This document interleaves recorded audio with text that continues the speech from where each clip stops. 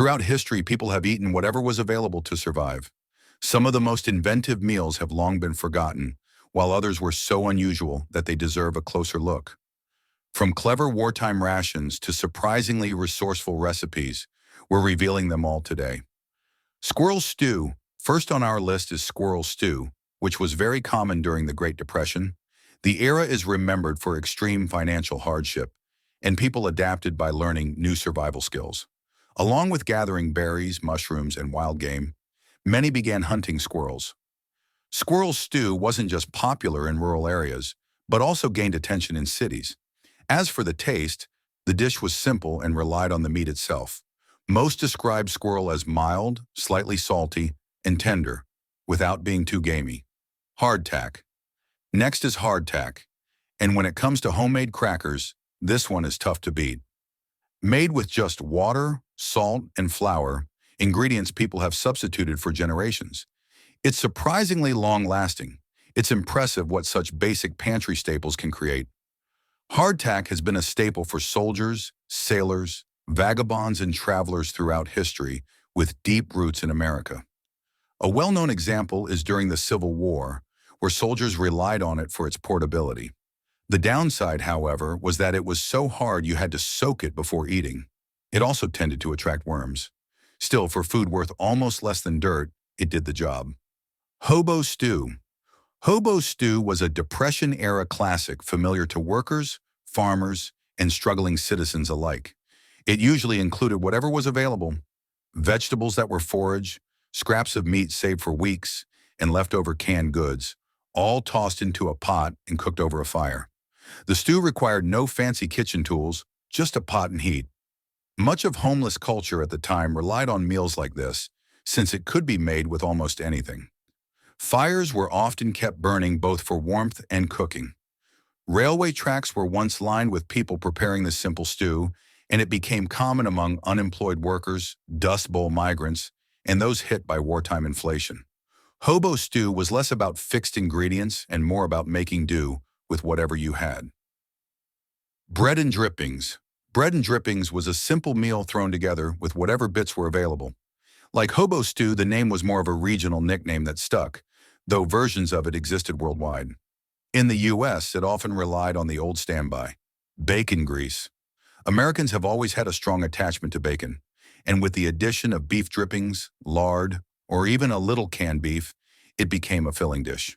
Workers returning from factories or day labor would often come home to this, since it provided fat, protein, and carbs all in one.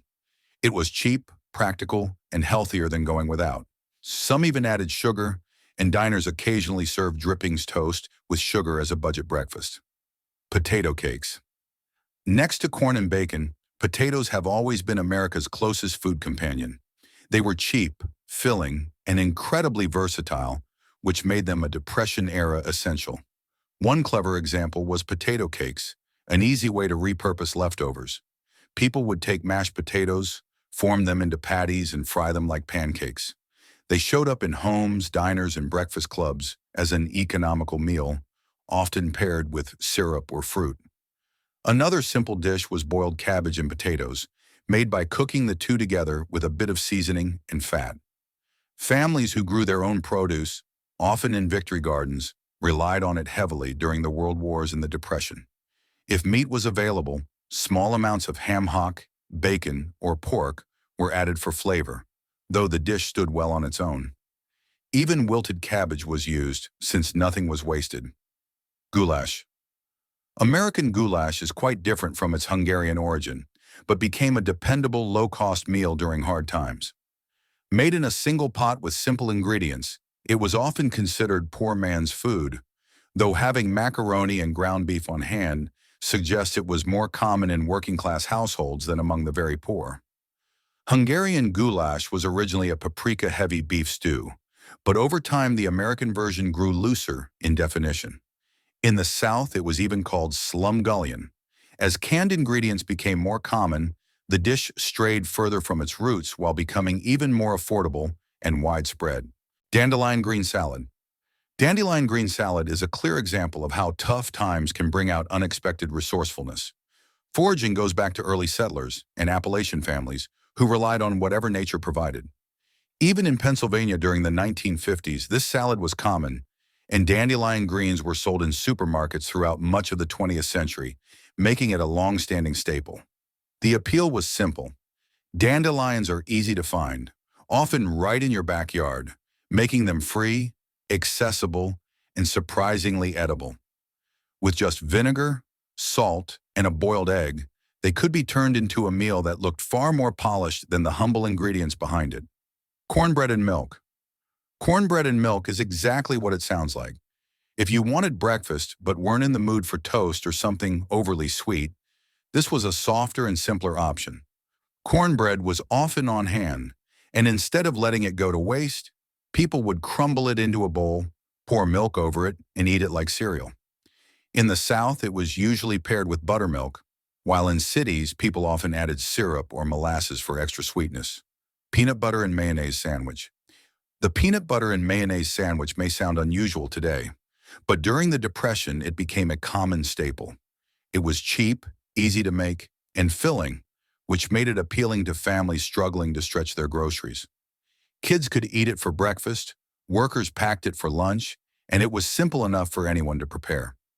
Its rise in popularity was tied to butter becoming too expensive, making toast less realistic for many households. Relief programs and food drives often distributed peanut butter and mayonnaise, so brands like Hellmann's and Duke's became regular stand-ins for butter. The combination stuck, turning the sandwich into a Depression-era classic. Bean and weenie casseroles. Bean and weenie casserole was another one-pot meal that gained popularity during some of the hardest times in American history. For many families, it was the only way to enjoy the comfort of a casserole. The dish usually combined canned beans, potatoes, or another starch, a simple sauce, and hot dogs, making it a staple of budget cooking throughout much of the 20th century. Hot dogs provided an affordable source of protein when fresh meat was scarce due to rationing, while canned beans served as a reliable substitute for more expensive ingredients. Casseroles like this helped families stretch what little they had to feed everyone.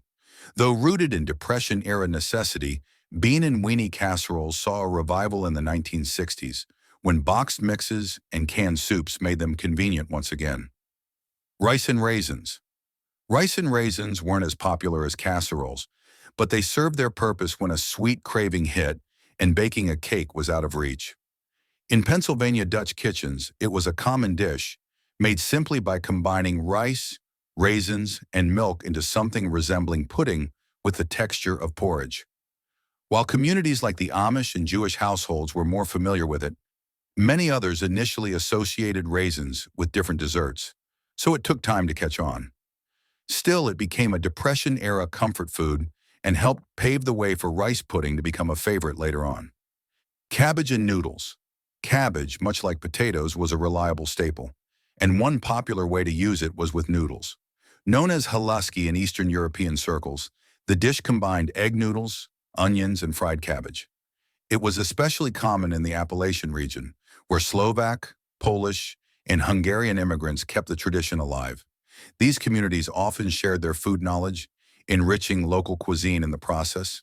Cabbage and noodles also became popular at church potlucks, partly because it contained no meat, making it both inexpensive and easy to prepare. Depression-era ketchup. Spaghetti, Depression-era ketchup. Spaghetti was as simple as it sounds: cooked pasta tossed with ketchup instead of marinara. During the Great Depression and World War II, when canned sauces were scarce or unavailable, ketchup became a cheap alternative. With just 2 affordable ingredients, it quickly became a staple, and even soldiers stationed in places like Japan and the Philippines ate it. Today, some still make it as a nostalgic throwback, but back then, it was basic survival food. Another common meal was the large sandwich. Made with rendered pork fat and sometimes onions or sugar, it was high in calories and inexpensive, especially since lard was cheaper than butter or margarine. For low-income families and manual laborers, it provided the energy needed to get through the day.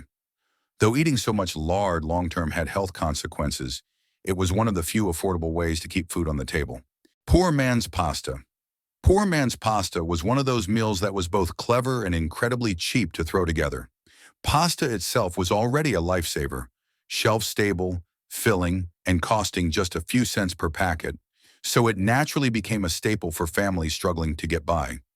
But the real ingenuity came in how people dressed it up.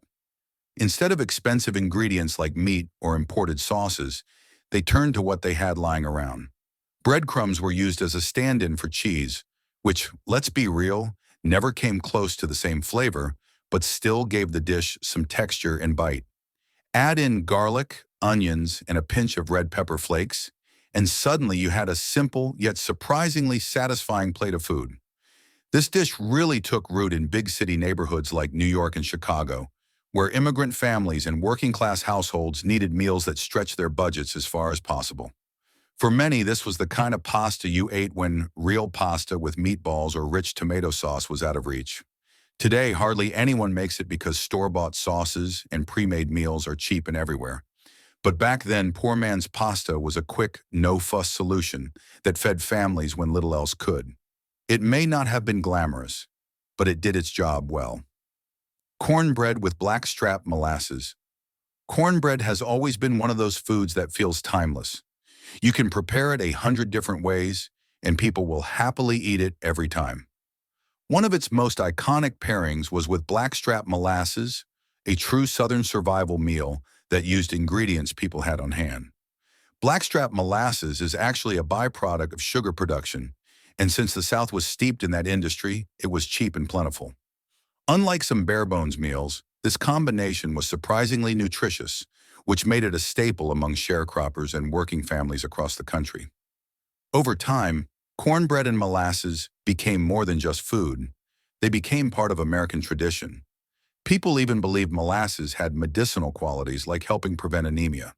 While you won't see this pairing much today, it still holds a nostalgic place in Southern food history. Rice and vinegar. Rice and vinegar was one of the simplest, low-cost meals people could throw together when money was tight. On its own, plain rice can feel a bit dull, but with just a splash of vinegar, it suddenly had a little more life, like two characters that only really shine when paired together.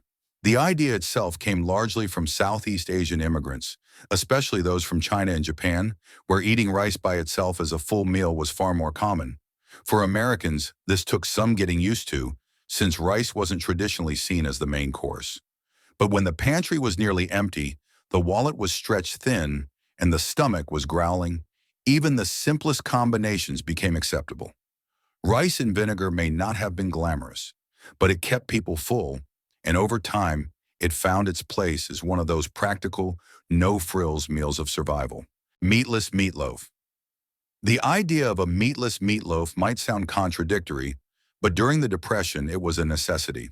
With rationing and high prices making meat scarce, families often couldn't count on having any at all unless they hunted it themselves.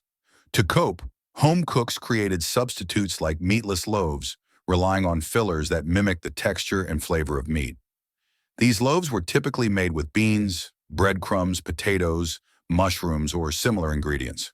Ground meat was too costly, so alternatives like peanut, cornmeal, or lentil loaves became common. Strange as it may sound, they were practical solutions to a time when real meat was out of reach. Hush puppies. Hush puppies may sound like a cute name, but they were and still are a true Southern staple. These deep-fried cornmeal fritters came out golden and crispy on the outside, while soft and buttery on the inside. During the Depression, they were the definition of poor man's food, since cornmeal was extremely cheap and widely available across the South. Even small price differences between cornmeal and wheat flour mattered, and hush puppies made use of what people could afford. The dish fit the same pattern as many others of the era, taking inexpensive, everyday ingredients and turning them into something filling and comforting. Their origins are debated. Some believe Confederate soldiers helped spread them during the Civil War, while others point to Cherokee and Creek food traditions that included similar fried corn cakes. Whatever the case, hush puppies made the most of what little people had, and they've remained a lasting part of Southern cooking shepherd's pie. Shepherd's pie is one of those dishes that really needs no introduction. Most people instantly picture the layers of ground meat topped with mashed potatoes, mixed with a fair share of vegetables. What many don't realize, though, is that this classic isn't American in origin. It was actually brought over by Irish and English immigrants who settled in places like New England, Pennsylvania, and parts of the Midwest. During the Depression, dishes like shepherd's pie became important because immigrant communities shared recipes that could stretch limited resources. Families who had never even heard of it before quickly adopted it, since the recipe allowed for plenty of substitutions and fillers when meat was scarce. That flexibility made it a dependable option during hard times. Interestingly, shepherd's pie also made a comeback about 30 years later, thanks to the rise of TV dinners, where it became a favorite frozen meal. Of course, by then, it was no longer seen as poor man's food. The Depression-era version, however, looked much different from the one we know today. Ingredients were simpler, portions leaner, and cooks took far fewer liberties than modern recipes allow. Cabbage and bacon grease. It seems the cabbage parade wasn't slowing down anytime soon, and one of the more infamous ways it showed up on Depression-era tables was in the form of cabbage cooked with bacon grease. Now, if you can't quite picture what that would taste or feel like, let me set the scene. Normally, cabbage has that tender yet crunchy bite, light, crisp, and easy to eat. But once you boil it down in leftover bacon grease, it transforms into something else entirely. The grease coats every strand, making it heavier, crispier, and far more crumbly than cabbage has any right to be. Suddenly, what should be a side vegetable feels like a dense, greasy meal in itself. The reason this dish stuck around was simple. Bacon grease was essentially free. It was the leftover byproduct of cooking bacon, and in a time when wasting food was unthinkable, people saved every drop. Pairing it with cabbage stretched one small head into something that could pass for a meal, even if it wasn't particularly tasty or nutritious. Flavor took a back seat to survival, and families ate it because they had to, not because they loved it. Out of all the cabbage-based dishes that came out of this era, this is one that most people are more than happy to leave in the past. It filled stomachs in desperate times, but let's be honest, it's hardly a recipe anyone is eager to resurrect today. Water pie. Water pie, believe it or not, was a real thing, and one of the stranger recipes to come out of the Great Depression. The name makes it sound like someone just poured water into a crust and baked it, but it was a little more inventive than that. The recipe called for an unbaked pie crust, usually made from lard or shortening, and into that went a mixture of sugar, flour, butter or margarine, and hot water. The water was meant to replace milk, which many families couldn't afford at the time. Once stirred together gently and baked, the flour acted as a thickener, giving the filling a custard-like or pudding-like consistency. It wasn't a pie in the traditional sense, more of a sweet, improvised dessert. But it worked. For families struggling to stretch every last ingredient, water pie became proof that even with next to nothing, you could still put something on the table that resembled a treat. Sugar sandwiches. Sugar sandwiches were as simple as they sound. White bread with sugar sprinkled on top, sometimes held together with margarine, lard, or butter if you had it. Toasting the bread gave it a little extra flavor, but it was still just bread and sugar. Meals like this showed how people stretched what little they had, and breakfast often took the biggest hit since lunch, and dinner were considered essential. Sugar sandwiches became a quick, cheap way to start the day, and if someone was lucky enough to have honey jam or cinnamon, it made things feel just a little less plain. Cracker soup. Cracker soup, sometimes called poor man's soup, was about as simple as it gets. Hot water, a bit of butter, some salt and pepper if you had it, and a handful of saltine crackers. It barely passed as soup, but for people struggling through hard times, it was better than nothing. The dish even caught on in the military since it required no real cooking. And at home, many families used it as a kind of sick food. Light on the stomach, warm and oddly comforting, cracker soup offered little in the way of nutrition. But on a bad day, that bit of warmth was enough. When times get tough, people get creative, and nowhere is that more true than in the kitchen. During the Great Depression, families across America were forced to stretch every crumb, every scrap, and every drop they had just to get by. Out of that struggle came some of the most unusual and resourceful recipes ever made. Dishes that sound strange to us today, like water pie, sugar sandwiches, and cracker soup, weren't just meals, they were survival. These foods might not win any awards for presentation, but they tell a powerful story of resilience, adaptation, and how far people would go to make something out of almost nothing.